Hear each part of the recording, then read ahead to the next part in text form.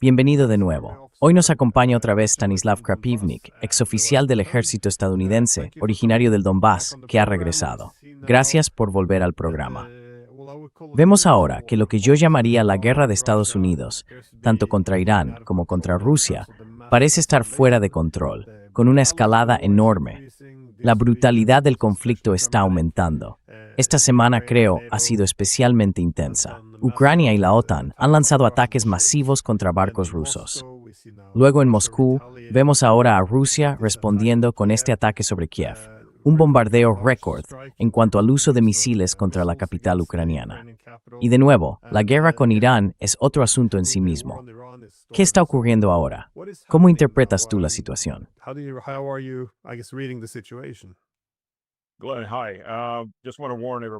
Hola Glenn, solo quería avisar a todo el mundo que estoy de vacaciones ahora mismo, así que no tengo mi equipo completo. Puede que la voz suene un poco diferente y se oiga algo de ruido del exterior. Estoy en un balcón, intentando tener toda la privacidad posible. Bueno, primero un pequeño comentario sobre esto. Hice un video para la gente que se cree la propaganda occidental que dice que en Rusia no hay combustible, que las cosechas se están pudriendo en los campos y todo ese tipo de historias. Por cierto, es lo mismo que el año pasado, solo que esta vez ha salido un poco antes. Combustible hay. Hay algunas colas, sí, pero siempre las hay, sobre todo en esta época del año, porque muchísima gente se desplaza hacia el sur para las vacaciones.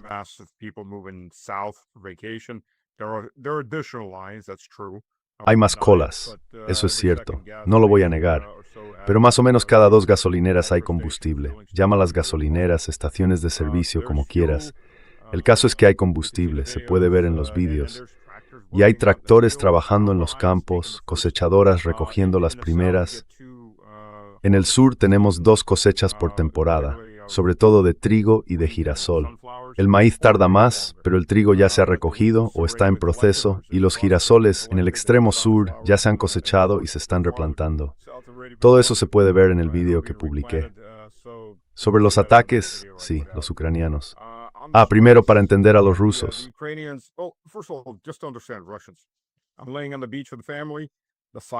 Estoy tumbado en la playa con la familia. Suenan las sirenas. Hay drones en el aire. Nadie se mueve.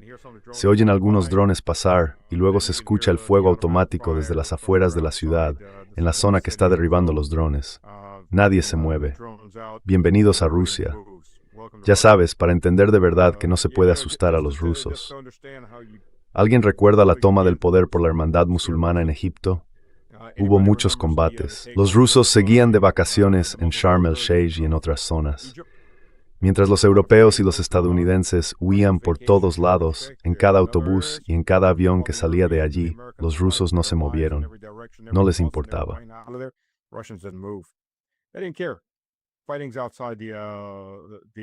Los combates están fuera de la zona del complejo, y si te metes demasiado con los rusos, la mayoría de los hombres saben pelear, así que cogerán las armas. Probablemente no quieran hacerlo. Y los yihadistas islámicos no tocaron a los rusos. Cuando tomaron el control, simplemente les dejaron marcharse. Así hay más tranquilidad. Esa es la mentalidad rusa. De nuevo, Gorlovka es un ejemplo claro. Antes de la guerra tenía una población de 380,000 personas. 12 años sin agua corriente. Ahora tiene unas 320,000. No puedes asustarnos. Esa es la mentalidad. Ahora han pasado a atacar objetivos más económicos. Hubo 2 grandes almacenes que fueron alcanzados. Pertenecían a Wildberries. Wildberries y Ozon son 2 gigantes del comercio por correo.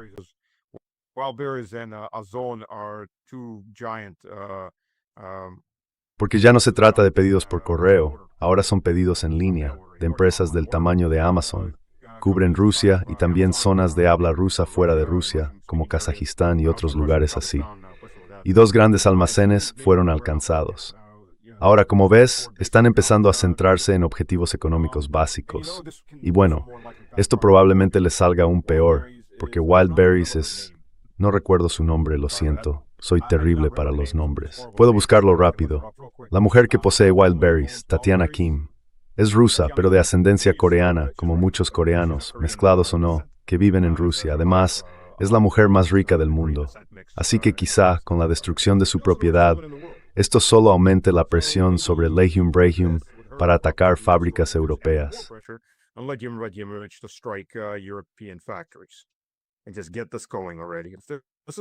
Y que empiece esto de una vez. Esto es lo que quiere Europa. Y está claro que sí. No hablo quizá de la persona media de la calle, pero la mayoría de los europeos parecen apoyar a sus dirigentes. Y Europa está deseando una guerra. Lo oímos todos los malditos días, decenas de veces.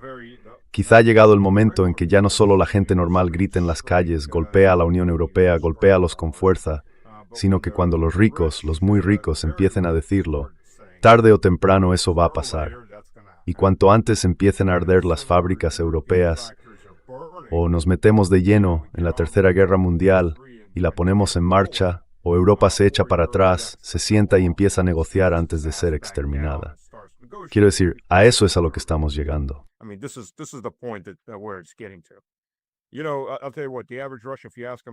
Mira, te voy a decir algo. El ruso medio, si le preguntas cortar Europa a cuchillo, o si tiene que elegir entre salvar Rusia o tener que destrozar Europa, te dirá destrozar Europa. Así que los europeos, el odio está creciendo. De verdad está creciendo. La economía rusa no está tan afectada como a algunos les gustaría pensar. Ha habido dificultades, no lo voy a negar. Una de las razones por las que están cambiando a objetivos económicos es porque no pueden alcanzar los objetivos militares. Y el ejército ruso está avanzando. Pero la presión sobre Vladimir Putin para empezar a quemar la Unión Europea está aumentando. Y hablo de quemar, literalmente. Va a ir a más. Ya verás. Empezará con ataques a fábricas, a esas plantas de producción como Primatol, y entonces empezarán los gritos.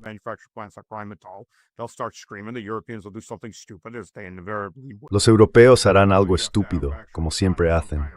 Hace falta tener un poco de cerebro para decir, quizá no deberíamos haber hecho eso. Pero ellos no lo tienen.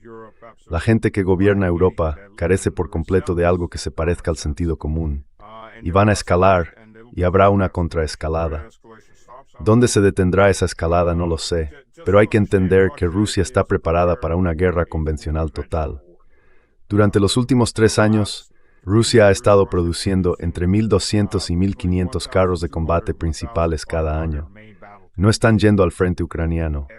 Se están acumulando junto con miles de misiles.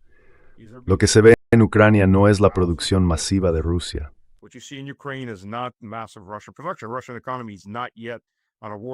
La economía rusa todavía no está en pie de guerra, no de verdad. Ahora mismo representa entre un 6 y un 7% del PIB. Cuando pase a estar en pie de guerra, será entre un 30 y un 40%. Eso ya es otro nivel completamente distinto, y se está preparando para eso. Es posible que incluso después de las elecciones de septiembre entremos en una guerra total, porque la presión está ahí, y también la presión de la sociedad. Ahora los muy ricos están siendo golpeados, y eso no va a afectar a los europeos. Solo añadiré esto. Durante los 2 últimos meses, sobre todo el mes pasado, he estado tranquilizando a occidentales que viven en Rusia. No a todos, ni mucho menos, pero muchos están perdiendo los nervios. Los rusos no se alteran. Está bien. ¿Queréis guerra? Pues os daremos guerra, ¿de acuerdo?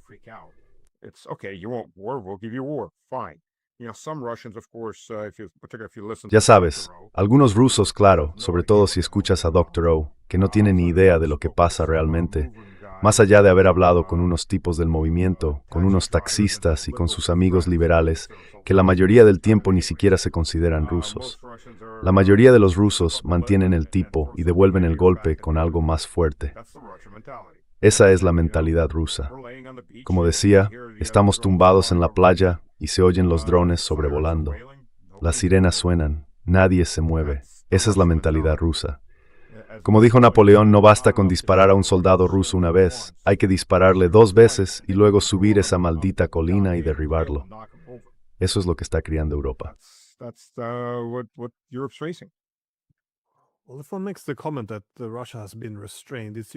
Bueno, cuando alguien dice que Rusia se ha contenido, normalmente le responden que son brutales y despiadados.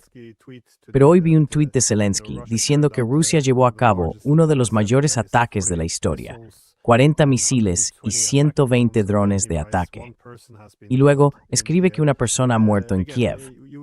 De nuevo, uno pensaría que si se usan 160 aeronaves y solo muere una persona, es porque se están teniendo en cuenta las bajas civiles a la hora de elegir los objetivos. Pero lo que has dicho me ha parecido interesante. Ya sabes, las diferencias que vemos ahora entre gente como Doctorow por un lado y Ritter por el otro. Me parece interesante a la hora de valorar quién está ganando, porque por un lado vemos la pérdida de territorio, las proporciones de bajas, todo eso indica que Rusia está ganando.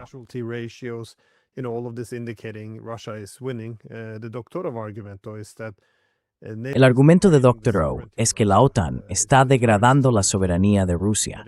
Su capacidad de disuasión se ha debilitado. Es decir, que la OTAN puede ahora, básicamente, destruir infraestructuras críticas en Rusia, objetivos económicos, sin sufrir consecuencias. Quiero decir, Rusia ataca a Ucrania, pero eso no está disuadiendo a la OTAN. No están teniendo en cuenta los activos ucranianos ni las bajas. Esto, ya sabes, no está disuadiendo a la OTAN. Así que es un punto de vista interesante, claro. La cuestión es cómo se mide el progreso. Me preguntaba cuál es tu opinión sobre esto. Porque te conozco, por supuesto.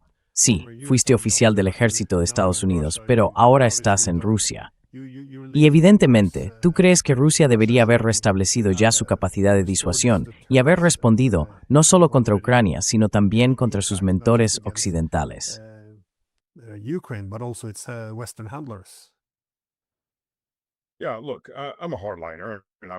Mira, sí, soy un tipo duro y siempre lo he sido.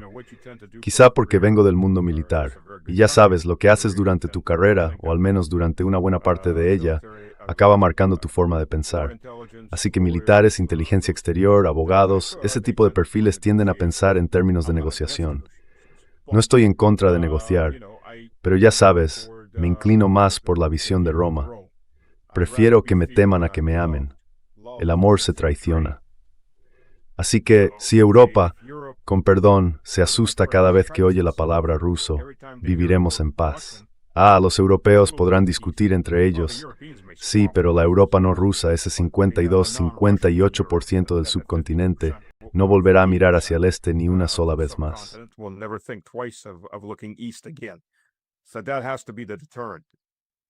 Así que eso tiene que ser el elemento disuasorio. Y la única forma de lograrlo ahora es con ataques militares masivos. Coge un par de países europeos. No hace falta golpear a todos. No tenemos suficientes recursos para atacar a todos por igual. Hay que dar ejemplos y hacerlo con lógica. No atacas a los polacos, sobre todo ahora que los polacos están enfrentándose con los ucranianos, y eso se está volviendo cada vez más violento. ¿Por qué atacarías a los polacos? En realidad, atacas a los alemanes. ¿Quieres que huyan? No a los alemanes del este, sino a los del oeste. Dejas a los alemanes del oeste paralizados de arriba a abajo. Destruyes sus puentes, destruyes sus instalaciones de almacenamiento de gas, destruyes Rheinmetall y su sede.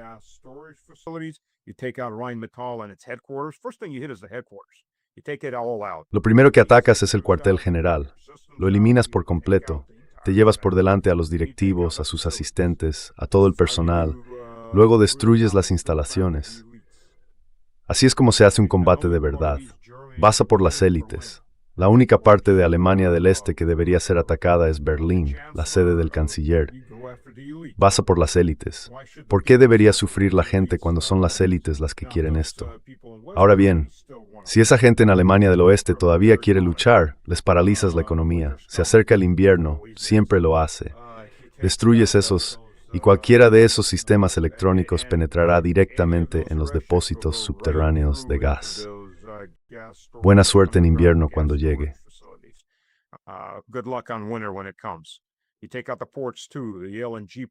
También eliminas los puertos, sobre todo los de gas natural licuado, para que no puedan traerlo. Llegará el invierno, y ya sabes, el frío extremo y el hambre tienden a hacer que la gente se concentre de verdad. ¿Quieres luchar? Pues así es como va a ser la lucha. Es la única forma de hacerlo. Escoges unos cuantos objetivos como esos y les haces sentir el dolor con suficiente fuerza. Y entonces puedes darles la opción de echarse atrás. Esta es la primera oleada. Retiraos. Negociad. No estoy del todo seguro de qué fue eso. Algunos de los Chris Halls hablan de que la orden sería la segunda oleada. Ahora bien, yo no he dicho eso. Lo que dije desde el principio, entendiendo a Occidente, lo dije desde el principio. Cuando Eslovaquia entregó los primeros tanques, yo estaba en los medios rusos diciendo que deberíamos estar golpeando a Eslovaquia. ¿Por qué se empujó a Eslovaquia a dar ese paso?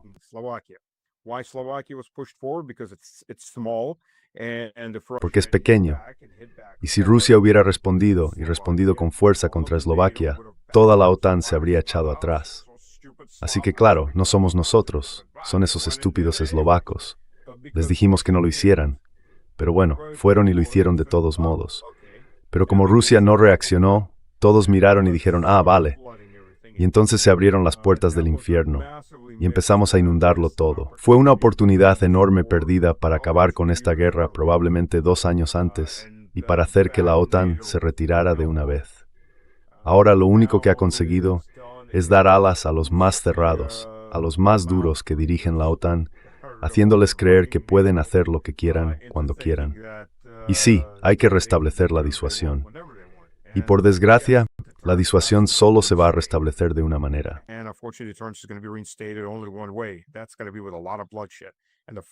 Eso va a implicar mucha sangre. Y cuanto más avancemos por este camino, más sangre hará falta para restablecer la disuasión. Y no soy de los que empiezan a gritar, usemos armas nucleares. Eso es más bien una fase final. Y no veo que haya un control real una vez que se empiecen a usar armas nucleares. Es muy difícil frenar eso o decir, vale, ya hemos llegado bastante lejos.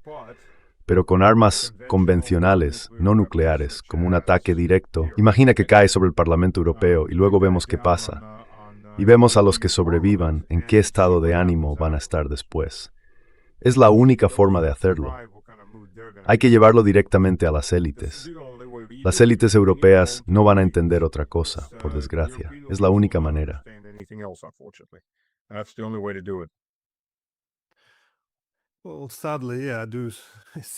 Bueno, por desgracia, sí veo que es hacia ahí donde vamos ahora. La idea de que esto sea sostenible, este tipo de ataque masivo contra Rusia, bueno, es bastante evidente que los europeos están detrás y también los estadounidenses.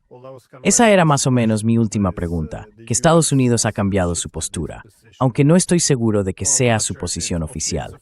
No sé si Trump fue realmente sincero con la diplomacia. Me gustaría pensar que sí, pero viendo lo que hemos presenciado en Irán, tengo motivos para dudarlo. En cualquier caso, a estas alturas, eso ya ha sido igual.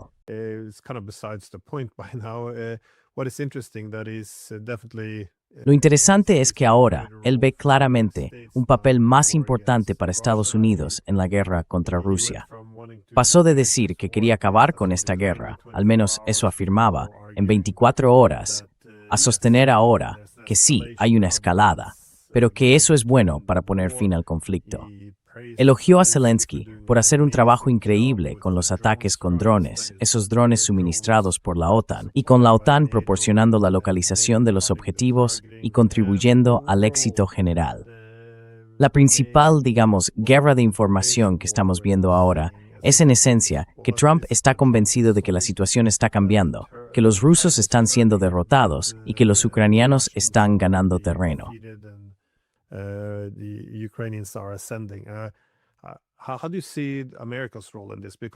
¿Cómo ves el papel de Estados Unidos en todo esto? Porque como decías antes, el estallido de una guerra directa entre Rusia y los países europeos de la OTAN parece ahora más probable que improbable. Pero tengo curiosidad, ¿qué esperas ver por parte de los estadounidenses? Y de nuevo, como antiguo oficial estadounidense, ¿hasta qué punto crees que querrán implicarse teniendo en cuenta la presencia de tantas armas nucleares? ¿O piensas que simplemente dejarán que los europeos se conviertan, en esencia, en los nuevos ucranianos? Es decir, que se lancen también contra los rusos mientras Estados Unidos se queda al margen, elogiándolos con palabras o con armas e información de inteligencia.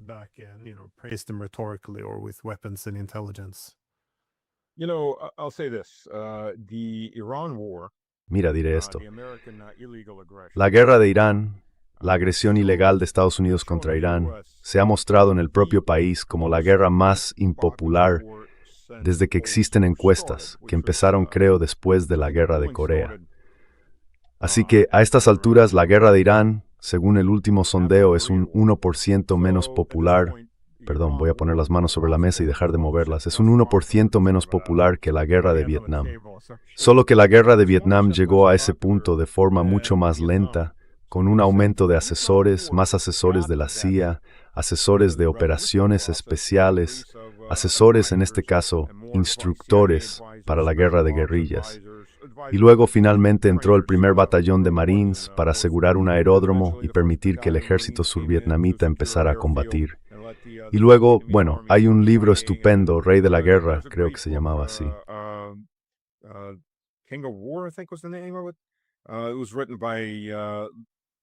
Fue escrito por...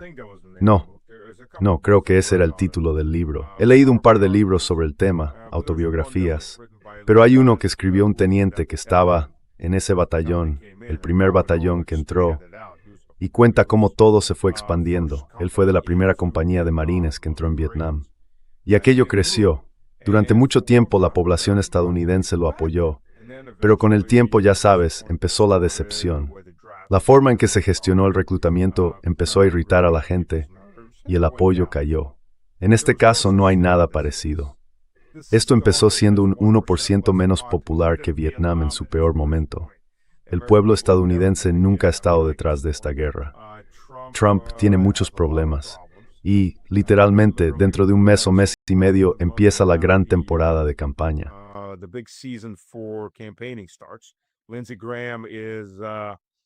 Lindsey Graham ya ha tenido su pequeña charla con Jesús. No sé a dónde le habrá mandado Dios, pero puedo imaginarlo. No me corresponde a mí decidirlo, aunque puedo hacerme una idea bastante clara. Lo que estamos viendo ahora es que la gente pro-guerra en el Congreso está teniendo un problema, porque resulta que Lindsey era su principal portavoz. Ya estamos viendo muchos problemas con la ley de servicios armados. El Congreso de Estados Unidos volvió hace 2 días de su descanso. Pasan más de un tercio del año de vacaciones, pero acaban de regresar de otra, y ahora están teniendo dificultades para sacarla adelante. Parece que va a fracasar. Los israelíes metieron a Israel dentro del proyecto de ley militar estadounidense, básicamente. Están teniendo muchos problemas. Y resulta que Lindsey Graham era en realidad uno de los que más movía los hilos.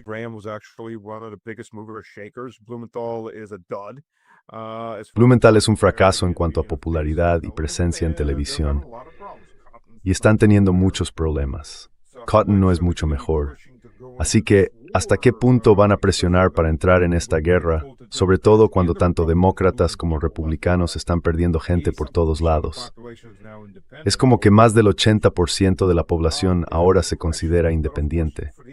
Es una gran pregunta. Pero claro, para los estadounidenses, la idea sigue siendo la ucranianización de Europa. Que la carne europea vaya al matadero. Ellos están ganando dinero con esto. Europeos, esto es difícil de tragar para la Unión Europea. Sois carne para consumir. Ya no sois nada. Sois un poco mejores que Ucrania, solo que vais un poco por detrás en el proceso de convertiros en una mercancía. ¿Y cuántos de los vuestros van a morir por el camino?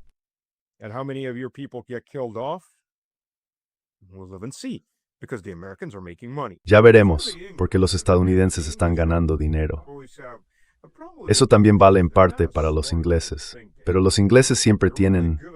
Probablemente los ingleses no sean tan listos como creen.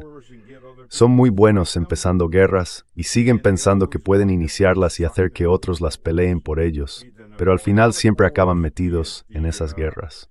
Ya sean las guerras napoleónicas, incluyendo la de 1812, o la Primera y la Segunda Guerra Mundial, siempre terminan atrapados en los conflictos que ellos mismos provocan, en las guerras que consiguen que los demás empiecen a luchar.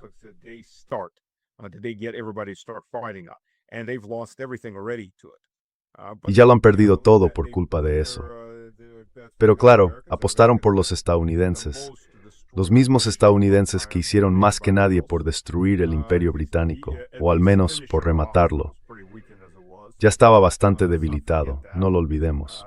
En los años 50 y 60, los estadounidenses hicieron tanto o incluso más que la Unión Soviética por liberar las colonias, es decir, por acabar con los imperios coloniales de los europeos occidentales. Así que no creo que los estadounidenses estén muy dispuestos a luchar una guerra contra Rusia. Porque seamos realistas. Para empezar, todos sabemos que los Patriots son una auténtica porquería.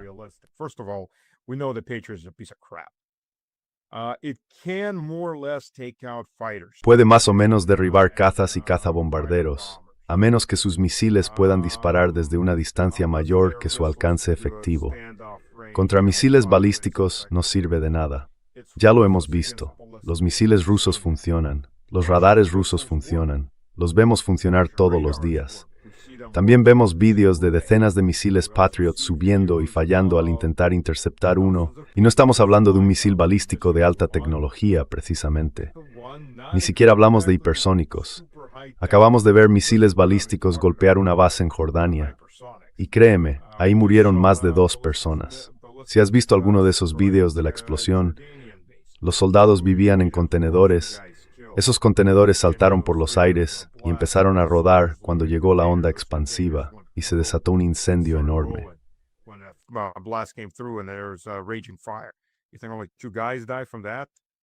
¿Tú crees que solo murieron 2 tipos por eso? ¿Y que hubo, no sé, 3 heridos? Claro que no. Hay muchísima más gente que ha muerto de la que Estados Unidos va a reconocer jamás. Pero ese es el punto. Puede que no lo admitan, pero lo saben. Saben perfectamente las bajas que están teniendo. Así que probablemente no van a mostrar mucho interés, no pueden con Irán. Quiero decir, salvo que Trump decida ir a lo nuclear. Y por lo que he oído de distintas fuentes, ya lo ha intentado 2 veces, y el Pentágono le ha dicho que ni hablar. Así que, al menos por ahora, el ejército estadounidense está plantando cara y no quiere recurrir a lo nuclear, al menos de momento. ¿Qué pensará Trump de todo esto?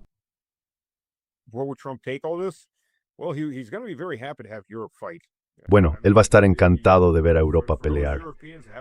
Quiero decir, para esos europeos que todavía no han despertado de una vez, supongo que cuando lleguen los grupos de reclutamiento para llevarse a tus hijos o a ti lo harán, porque los líderes de Europa están observando lo que pasa en Ucrania, están aprendiendo exactamente las mismas reglas. Y para los que estáis escuchando, hay algo que debéis entender.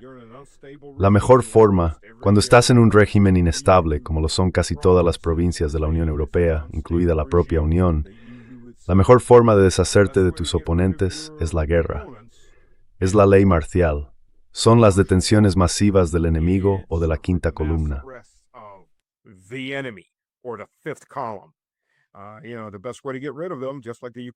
Sabes, la mejor manera de deshacerse de ellos, igual que los ucranianos están haciendo con los sacerdotes, con los rusos en el centro de Ucrania, es mandarlos al frente para que mueran. Y eso se repetirá en casa, en la mayor parte de Europa. Espero que los europeos despierten, sobre todo aquellos que ya se han dado cuenta y entienden hasta qué punto están metidos en esto. La gente que os gobierna os odia, y estarían encantados de aprovechar la oportunidad para librarse de vosotros. Ese es el punto aquí. Así que, de verdad espero que los europeos estén escuchando y que no esperen a convertirse en carne de cañón, que hagan algo al respecto. La gente que os gobierna, quiero decir, si esto fuera un país mínimamente cuerdo, ya habría habido revueltas armadas en todos los Estados miembros de la Unión Europea.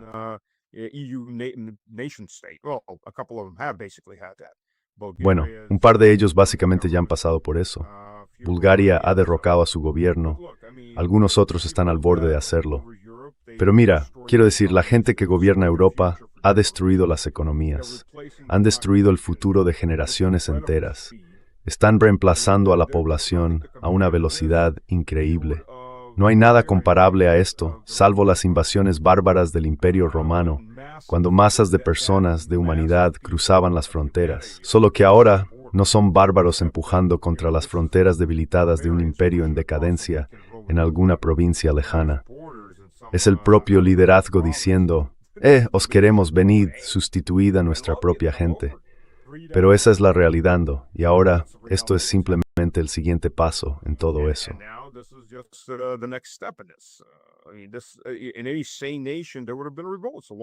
En cualquier país sensato, habría habido revueltas hace ya mucho tiempo.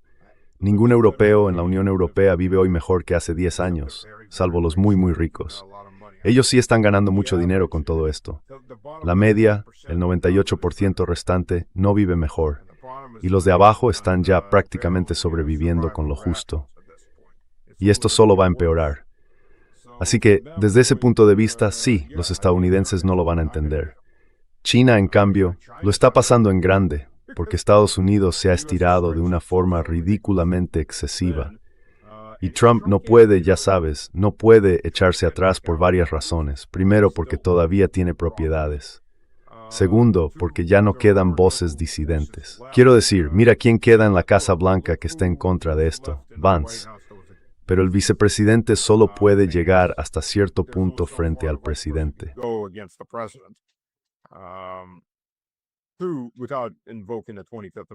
Dos, sin invocar la 25ª enmienda. Dos, que como Huff K.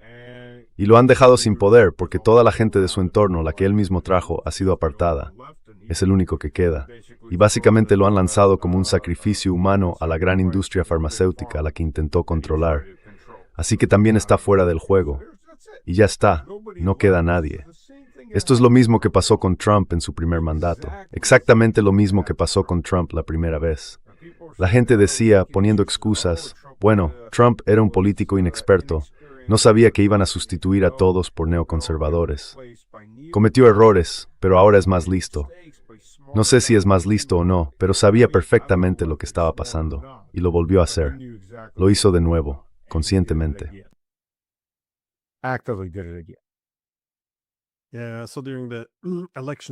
Sí, durante la campaña electoral, cuando estuvo en el programa de Joe Rogan, decía que su error había sido rodearse de halcones como Bolton. Pero ¿qué hizo después? Se buscó a Graham como nuevo compañero. Así que empiezo a pensar que esto está hecho a propósito. O es un incompetente, o es un farsante. Pero a estas alturas, ¿realmente importa? Creo que no.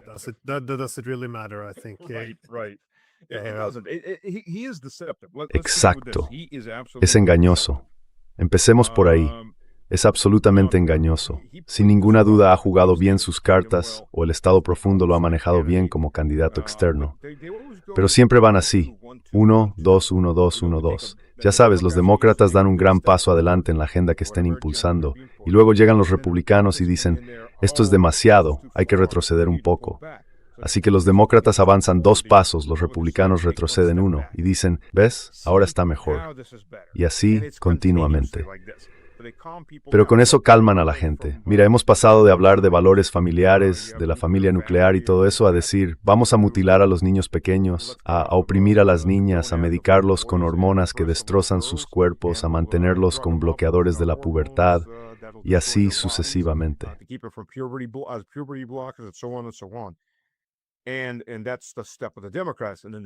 Y ese es el paso de los demócratas. Y luego llegan los de Trump y dicen, hemos vuelto a los valores tradicionales. Solo LGB, sin la T. Esos son los valores tradicionales ahora. Y él dijo, soy una de las administraciones más pro-gay de la historia. Pero esa es la diferencia. Esa es la más evidente, la que cualquiera puede ver. Mira, sinceramente, mientras sea entre 2 adultos que consienten, me da igual lo que hagan en su casa. No quiero verlo en la calle, punto. Nadie, sobre todo delante de los niños. Da igual el sexo que tengas. Pero de verdad, me dan pena personas como Bezos y otros que se definen por con quién se acuestan. Si eso es todo lo que tienes, bueno, Bezos además ha destrozado un par de economías.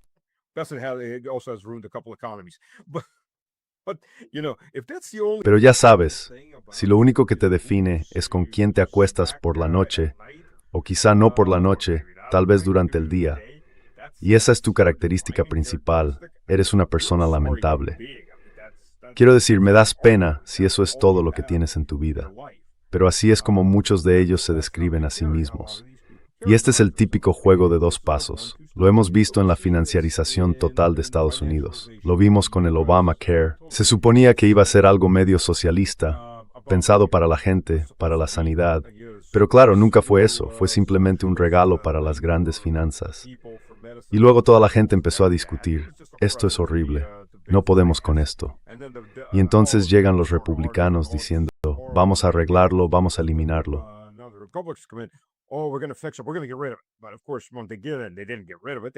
Pero claro, cuando lo hicieron y no lo eliminaron, lo modificaron para que la gente lo aceptara mejor. Y luego vino el siguiente paso y el siguiente. Es lo mismo que vemos en Estados Unidos. Y no solo allí, también lo vemos en Europa. La agenda sigue avanzando, 2 pasos adelante, 1 atrás, 2 pasos adelante, 1 atrás, y funciona de maravilla. La gente tiene una capacidad de atención tan corta que dice, mira, ha cambiado, ya no es tan malo como hace un año. Sí, pero piensa en cómo eran las cosas hace 3 años. Pero eso ya queda demasiado lejos para la mayoría. Así que sí, esto sigue adelante. Y Trump es solo una parte de esa agenda. Lo jugaron muy bien, lo presentaron perfectamente como esa fuerza externa que llegaba de fuera.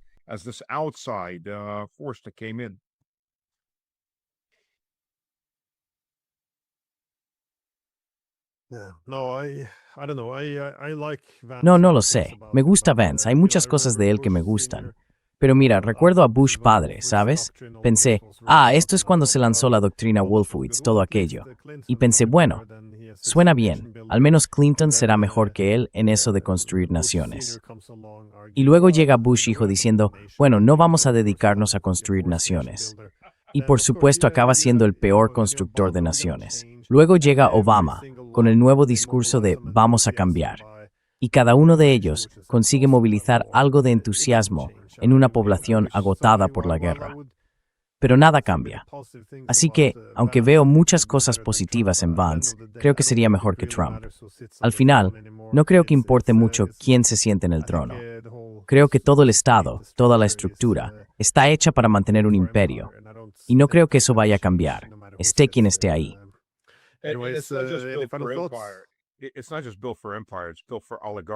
No está hecho solo para un imperio, está hecho para un imperio oligárquico. Porque en algún momento puedes tener un emperador que realmente haga algo o que lleve a una nación en una dirección distinta a la que seguía.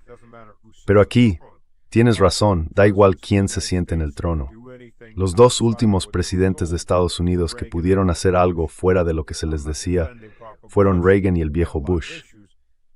No estoy defendiendo al viejo Bush, tenía muchos problemas. Pero cuando ese hombre fue capaz de plantarse ante Israel y cortarles el grifo, sabías que tenía algo de poder real. Y fue el último. Y tampoco era precisamente alguien que hiciera lo que quisiera, formaba parte del engranaje. Pero desde entonces todo ha ido a peor, muchísimo peor. Hay un control absoluto. Así que sí, por desgracia, no veo que nada vaya a cambiar.